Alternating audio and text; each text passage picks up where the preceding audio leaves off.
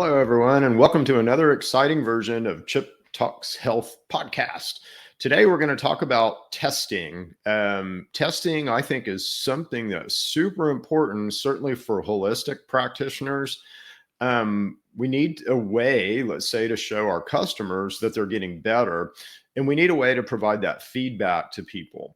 Testing, diagnostic testing gives us that way. And so what we do at Neighborly Wellness, we've got several different testing methods we use now. So I'm going to talk about those. I'm going to talk about some, let's say, remote ways that you can give information to somebody like me that can help you. And also, a way to, let's say, deconstruct a blood test and a hair analysis test that will tell us a whole bunch about what's going on with you and, how we need to basically approach your situation.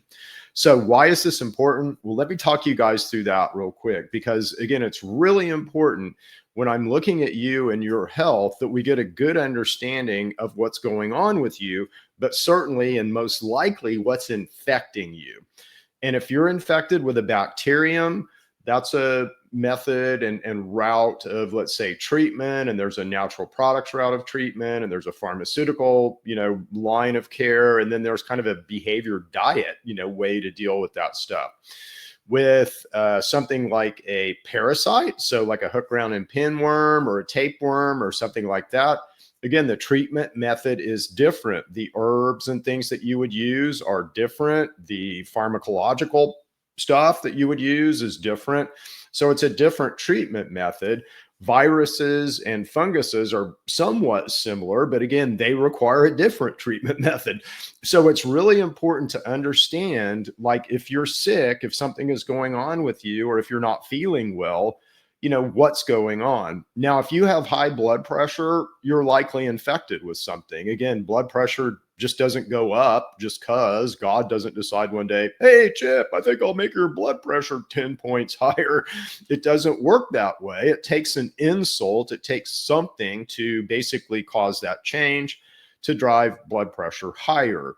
Similarly with cholesterol, again, there's a normal, let's say for you, it might not be in the normal range of cholesterol in the way that they measure it, but there's a normal range for you.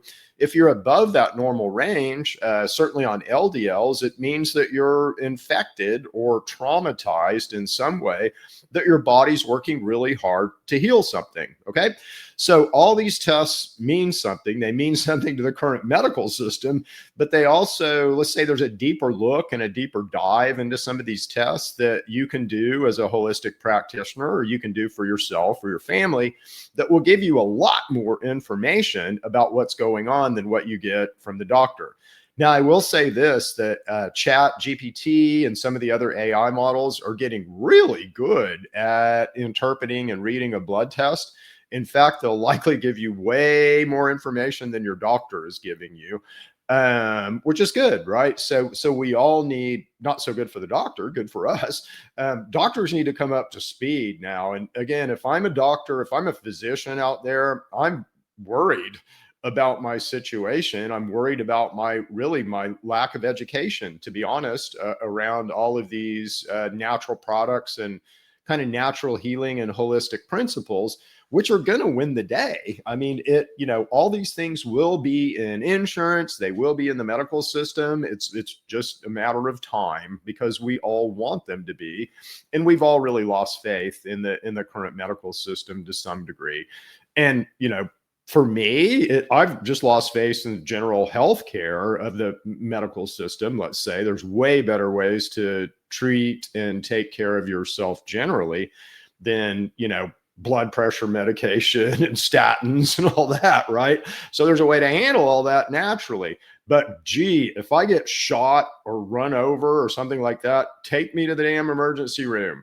That is where the medical system sings. Man, nobody does that better. So acute traumatic type care, they kill it, and they need to, kind of stay in that lane, to be honest, and let us natural people have the general health and wellness. But anyway, let's talk a little bit about these evaluation methods, because they're important, and they're important in, how we're evaluating you, but also how maybe you see yourself. So I'll talk about our in clinic first of all, and this won't really apply to you unless you live in the Oklahoma City area. But again, it's something that we're looking to expand. Let's say what we're doing. So if you want one of these clinics in your area, call us, talk to us. We are looking for people who want to open these clinics and do it in a controlled way, like a licensed way. But we're looking for people to come in and help us expand what we're doing. Absolutely. So if you want a clinic like this in Dallas, or you want a clinic like this in Kansas City or St. Louis or Phoenix or Denver or wherever you are, let's talk, because we're interested in doing that. So in our clinic right now, we have 2 methods of evaluation. Now as we expand, we will expand our methods of evaluation. So I definitely want an in-clinic blood analysis. I definitely want a hormone. I definitely want an insulin resistance, and I want a visceral fat kind of scanner. So all of those things are coming, and those are a little bit more, let's say, better appreciated, diagnostic equipment in the medical system. The 2 that we use now, one is accepted in a pretty good way. The other one is pretty woohoo to most medical practitioners, but I'll tell you what it does in just a second. So we use 2 methods now in Neighborly Wellness. We use a method called thermal imaging. And thermal imaging is an accepted diagnostic. I'm not a doctor or radiologist, so it wouldn't be like an accepted diagnostic through our practice. But it is an accepted diagnostic for things like breast cancer and things like that, right? So external type neoplasms, cancer-like things, or traumas, or injuries. So if you have bad knees, bad hips, bad ankles, bad neck, bad back, if you're worried you might have breast cancer, if you're worried that you might have some kind of external, let's say melanoma or something like that, then thermal imaging is awesome.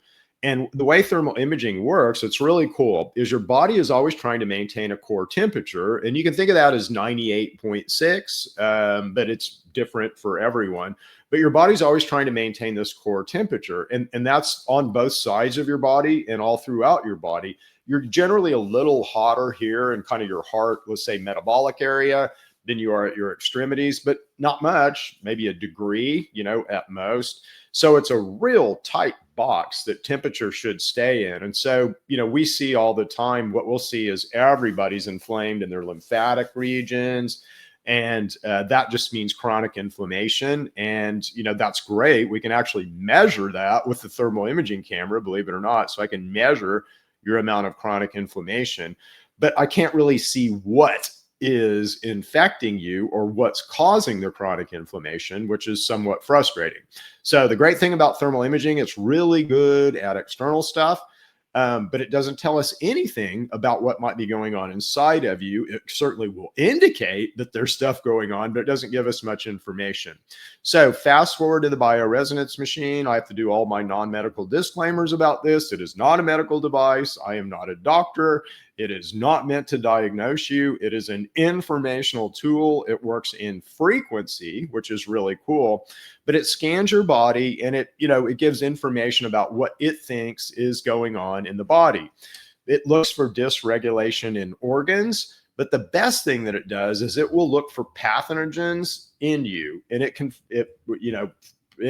gives indications of pathogens in organs or pathogens in tissue systems, which is super useful if I'm trying to help you, if I'm trying to, point you to a natural product or natural supplement that is going to help with whatever that thing is. It's really important to understand what that thing is, because again, the way that you kill these guys is sometimes different. Sometimes it's the same. So like a lot of viruses and funguses will respond to the same stuff.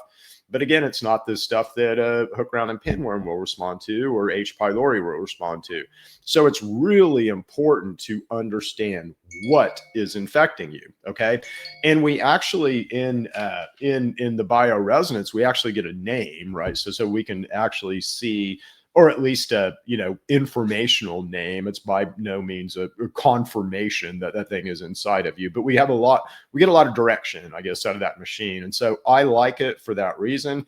And boy, does it really help us narrow in and target in on conditions and, ways to help people, right? So it gives us a vector kind of right off, and that really, really helps.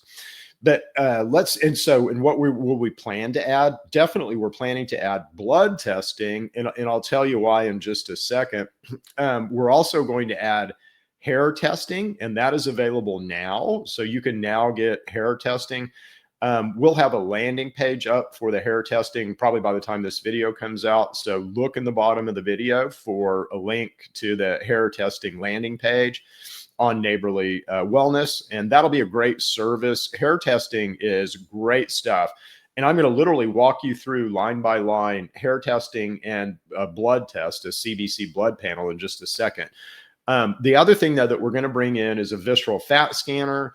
And this is really important for metabolic syndrome, for diabetes, for things like that. It's really important to understand like how much fat you're packing around your organs versus how much fat you're storing in adipose tissue. And the fat around your organs is way more detrimental to you than visceral fat, although visceral fat certainly, we can definitely have too much of that. But anyway, getting a look at that and then showing you how that changes as you begin to change your diet and lifestyle and, take some supplements is really important. We'll have a hormone test, which is great. Again, hormones get dysregulated. Infection will dysregulate hormones. If any of you guys out there are low T guys, so again, God is a perfect engineer. He built men to work in a very similar fashion. So all men should work the same, and all men should always produce testosterone. As long as you have gonads, you should be producing testosterone. But some men, and it's not that they stop producing testosterone, but they don't have measurable testosterone in their blood, right? So what's happening? Well, it turns out in some infections, there are bugs there's an enzyme that converts all of your testosterone to estrogen, okay? Every single bit of testosterone that you make, it will convert to estrogen. And guess what? The bugs step on that gas pedal because testosterone is more anti-pathogenic than estrogen is, okay? So it favors them and it weakens your immune system if they can get you to convert all your testosterone to estrogen. There's ways to get in the middle of that. Again, we just have to know kind of what the bug is in order to be able to try to, address that bug and get him knocked back or dead or out of you, or actually get it where your immune system can handle him is what we're really doing.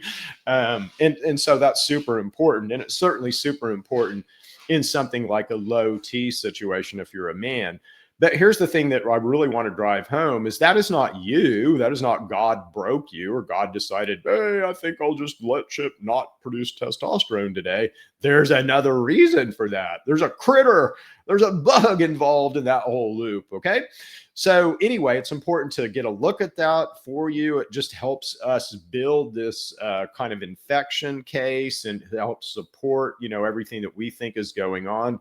And then the cool thing is month over month, we can show you how that changes and also how your kind of infection profile changes and how it gets better and how that stuff comes back in line, really. So it's really cool. The other thing that we'll be able to do is collect clinical data from this new stuff. So I can't really, I can't go to clinical trials with my bioresonance data.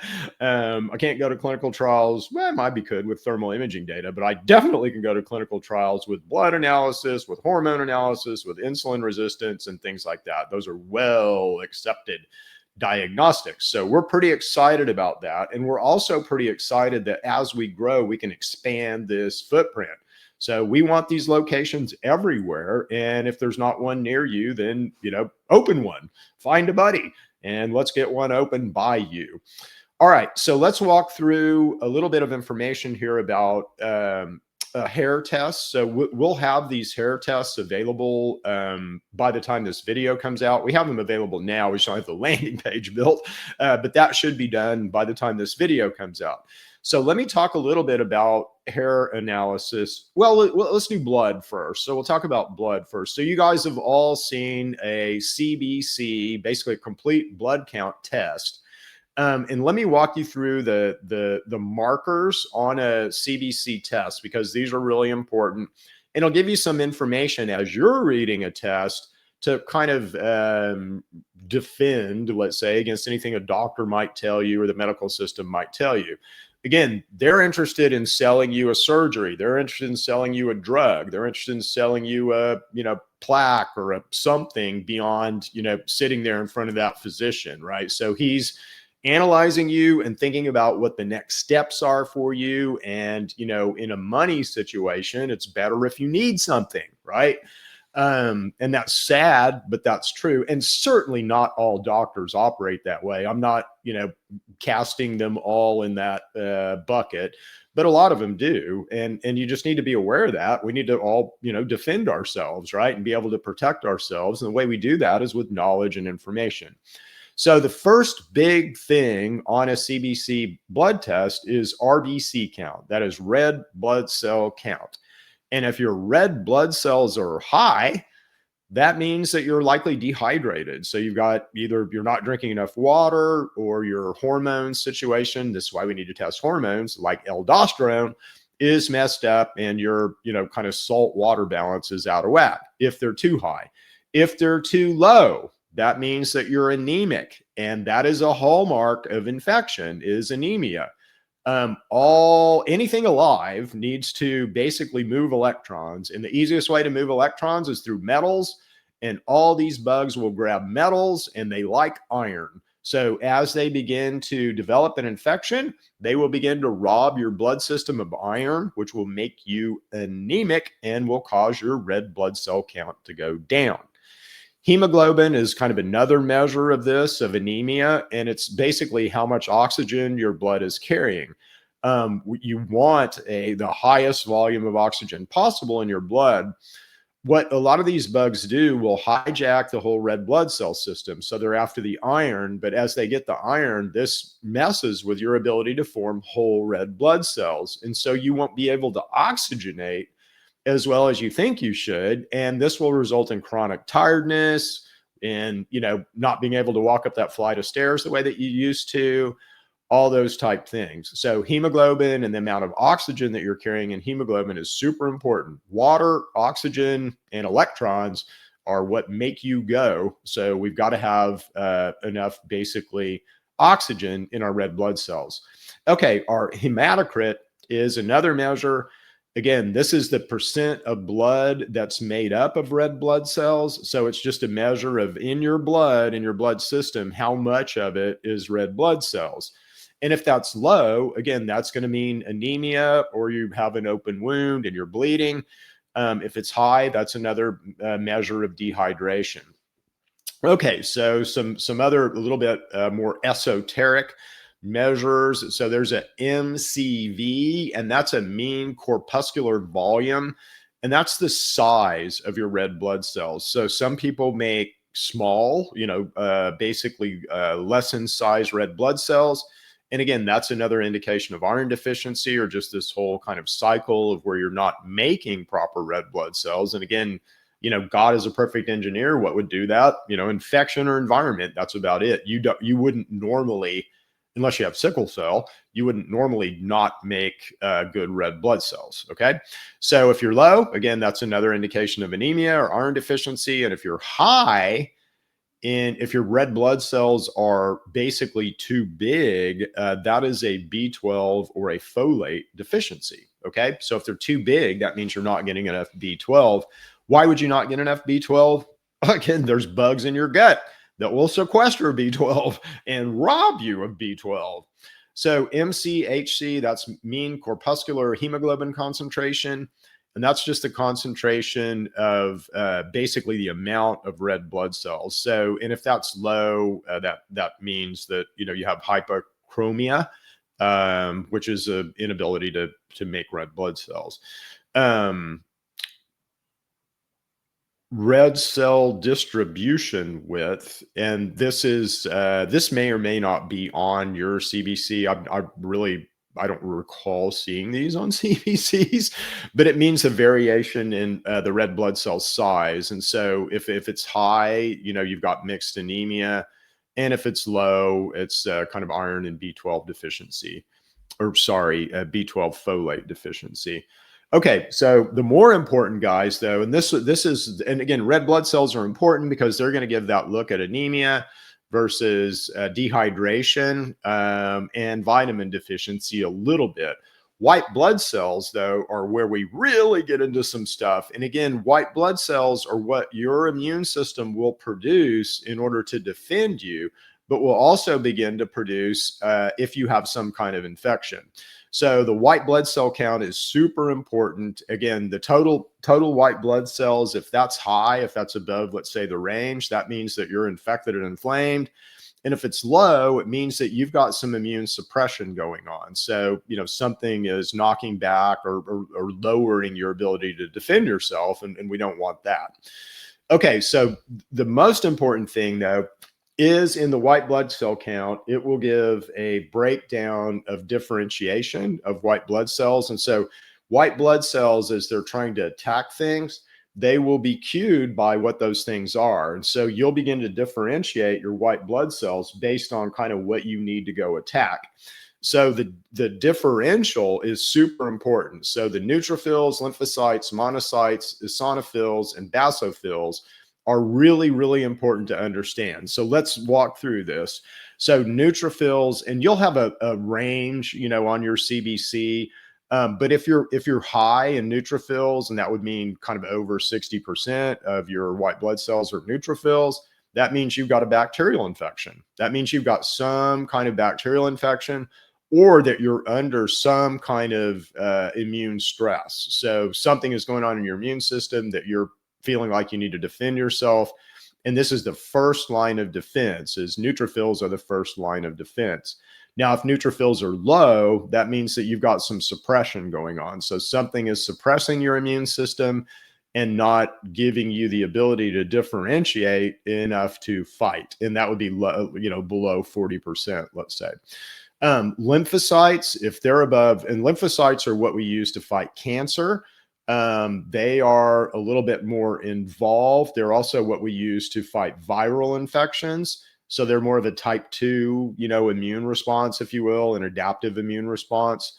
They should be about 20 to 40%. But if these guys are higher than that, that means that you've got a viral infection, that you're fighting a viral infection. If they're lower, it means that, stress, it could be stress, it could be a lot of different things. It could be competition. So if you got a whole, whopping amount of neutrophils, a big bacterial infection, you're up at, 90% on your neutrophils, that's going to affect your ability to produce lymphocytes. These are resources, right? You've only have so many resources. You only have so many white blood cells that you can differentiate. And this is the way that you normally do. But again, this can get whacked out in the extreme. So monocytes are what help with chronic infection cleanup. So if you're recovering from something, we would expect these to be high. They would be high in chronic inflammation. They would be high in something like tuberculosis. Eosinophils are allergies and parasites. And what's a parasite? A parasite would be more like a worm. Okay. So he's not a virus and he's not a bacteria. He's more like a worm. So hook, round, and pinworm, tapeworm, giardia are all parasites. And those guys will respond, or eosinophils is what your body begins to produce to try to kill those guys. So those will be higher if you've got that type of infection. They're also higher in allergies. And so if you have asthma and things like that, then your eosinophils will be higher. And kind of the higher they are, the more IgE you're producing. And so it's a good indication of kind of what's going on. And lastly, they're the basophils. And these guys are usually a pretty low percentage of your white blood cells, but they happen in allergy and inflammatory reactions. So if you're high on eosinophils and basophils, you're likely having some kind of allergic reaction or something like that. Now, another measure is platelets. All right. And so the platelet, there's an average range of platelets that's pretty big. If you go in for surgery and your platelet count isn't high enough, they won't perform surgery on you, right? So it's something that they measure to make sure that you've got enough horsepower in your immune system to be able to clot and be able to kind of, slow down a bleeding risk, let's say. So if you're low on platelets, you're at risk for bleeding out. You're, hemophilia type situation, right? So, and then that is not a good thing. If you're high, you're more of a clotting risk. So you're going to clot more easily than you should potentially. And that happens in inflammation, that happens in cancer. And then you have your mean platelet volume. And this is just the average platelet size. And again, if they're big, it just means that you're cranking them out. And if they're low, it's going to be, some immune suppression going on. So that's a look at a CBC blood test. So, and that's pretty much, what you get in a CBC blood test, but there's a lot of information you can gain from a CBC blood test. So what we're going to start doing, I do consults sometimes. So if you want to book a consult, there's lots of ways to do that. But in a perfect world, I need to know what's going on with you, right? I need to know if it's bacterial, fungal, viral, and that type thing. So a CBC blood test will give me at least a good head start as to what might be going on with you, and a good starting place to start with supplements. And kind of how we attack that thing, if you will. All right, so let's go through a hair test, because a blood test is an immediate look at what's going on right now. A hair test, and this is really cool, is kind of the last 3 months, so it'll give you the last 3 months of stuff, and it's a little bit more in-depth analysis. Okay, so let me give you the things that we measure in a hair test, and these will all be on a report, and the report is very cool, very easy to understand, and it comes in a packet about this thick, which is pretty cool. So calcium is a big thing that we need to measure through hair tests. If calcium is high, that means that you're poorly utilizing basically your calcification. If it's low, it means that calcium is a major thing that you need inside of you. All cells respond and work with calcium. So you don't want it to be too high or low. You want it to be right in the right range. Magnesium will get low if we're infected with things. It will get low if we're under stress. It will get low in insulin resistance. So if you're beginning to have some insulin resistance, then your magnesium might be low. If it's high, that means that your cells aren't, basically their ability to retain it is kind of messed up, and their measure is messed up. It's a failure, really. And you kind of should never be too high on magnesium unless you're infected with something. So magnesium in your blood circulation should be in pretty tight range, but in your overall body, it might be high if you've got pathogens sequestering magnesium. Sodium is another metal. It's super important for us. Again, it has to do with adrenal activity, with fluid balance. If it's high, that means we're under some stress, some adrenal stress. If it's low, that means we're likely got some adrenal burnout, or that we're not managing our salt well, and that could go back to hormones and aldosterone. And again, you have to build aldosterone from cholesterol, and if you're not in a fasted state enough, that doesn't happen, believe it or not. So that goes back to kind of almost a behavior thing. Potassium is something that's super important inside of us. Every single cell, we use potassium, calcium, to change the polarity of their cell walls, chlorine, and sodium, potassium, chlorine, and I forgot the other one. There's another one. I'll think of it in a second. But basically, they're using that for electrical properties, and they're using that to change the potential inside and outside of a cell. So a cell will kind of create a lot of potential if it's really wanting to do things. And what does that mean? Just a difference in charge between the outside and the inside of a cell. But there's gateways that are managed with potassium and all that. So you've got to have enough potassium. If you don't, you can't signal your nerves. You can't really even fire your nerves without it. Potassium is also really important in insulin, and it's important in fluid balance. So how much water you're retaining, the whole aldosterone salt thing. So if your potassium is low, you're going to have adrenal fatigue. If it's high, you're going to have more tissue breakdown. You're going to have poor kidney regulation. Phosphorus is super important. Every single cell is built from phosphorus, phospholipids. lipids are what build cells, and they have a phosphorus backbone with fatty acids plugged onto them. So if you're low in phosphorus, that just means you've got,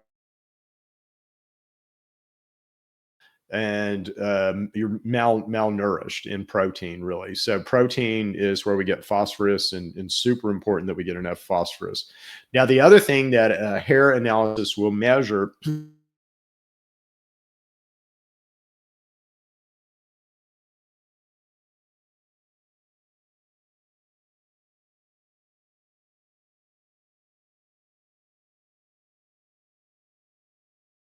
will get more and more important as the knowledge, let's say, about the endocannabinoid system becomes more and more prevalent. That you build, CB1 neuroreceptors require, zinc as part of their whole function. So you need the zinc. Without the zinc, that if it's low, it means that you likely have a poor diet or you have excess copper. If it's high, it just probably means you're taking too much of it in supplementation, or that you're going through some kind of detox. Copper is another very important one. Copper and zinc go together. There's a ratio, I think it's 8 to 1 maybe, but there's a ratio of copper to zinc that is important to maintain in supplementation, and it'll help you absorb both the copper and the zinc. But copper is for energy, it's in neurotransmitters, and it's in estrogen metabolism. If it's high, that means that you have estrogen dominance, and that's important to know, or toxicity. And if it's low, you've got a deficiency or you're taking too much zinc. Iron is super important. That is how we build hemoglobin. Iron is a part of every single red blood cell and super important to your body. It's super important to pathogens. They want to rob you of iron. So important to measure. If it's low, it means you're infected, likely. So it means you've got something that is robbing your iron, and it's usually some kind of infection, some kind of parasite. Manganese is another very important trace metal. It's important in ligaments and then in blood sugar regulation. So again, if you're diabetic and you're not getting your manganese, you need to. That'll help you regulate your blood sugar. And if manganese is low, that means that we have sugar stress or inflammation. And if it's high, it's very rare that it would be high, but that can kill you if it's too high. And I don't think you can get there with supplementation. I mean, there's probably too much manganese that you can take. But our bodies are pretty good at absorbing versus not. Selenium is another very important trace metal that is important to measure and know that we're getting enough. It's important for the thyroid. It's also important for antioxidant protection. So we need to basically defend ourselves from oxidative stress, and selenium helps do that. If it's low, that means we're going to be way more susceptible to infection. It also means that we likely have some kind of thyroid problem. Chromium is another important metal. So it is for blood sugar and insulin sensitivity. And if it's low, that means that we're getting some insulin resistance. Iodine is another important hormone. It's a thyroid hormone. And if it's low, that means that we might have a slowed down thyroid situation. And you don't want that. So that slows down your metabolism and you'll gain weight if you don't have enough iodine. All right. And then there's toxic heavy metals that we're also going to measure, and they're lead, mercury, aluminum, cadmium, and arsenic. And all of these guys will cause problems in different ways. Like lead is a neurotoxin, so it impairs enzymes. Mercury is a central nervous system thing, so it's like an immune toxin. Aluminum is a neurotoxin in a big way, and aluminum is in a lot of, it's an adjunct, it's a cofactor in a lot of vaccines and things like that. So it's, again, important to know if you've got this in your body and if you've been exposed to it over the last 3 months. Aluminum is also in a lot of our cookware, and we get exposed to aluminum through cooking food, in aluminum cookware, where that aluminum is chipping or breaking off or decomposing in some way into the food. Cadmium is another important bad, let's say, toxic heavy metal. It's really bad for the kidneys. It's really bad for the heart. Arsenic is another bad one. So it'll cause skin, nerve, and liver damage. Been talking for 20 minutes straight. Okay, and then the last thing is mineral ratios. So it will begin to look at some of these mineral ratios in our body. So calcium to magnesium is an important one, and that's kind of stress versus calm. Sodium versus potassium, and this is adrenal strength and fatigue. Calcium versus potassium, that's thyroid. Zinc versus copper, that's immune balance. Sodium versus magnesium, that's adrenal activity. And then lastly, copper versus iron, and that's anemia and copper. So anyway, we'll be able to measure all of these things with our hair analysis, which we're really excited about getting this started. So if you are not, let's say, in Oklahoma City, and you're like, well, Chip, we really want to have a conversation with you. We want you to understand what's going on with us, and we want you to help us.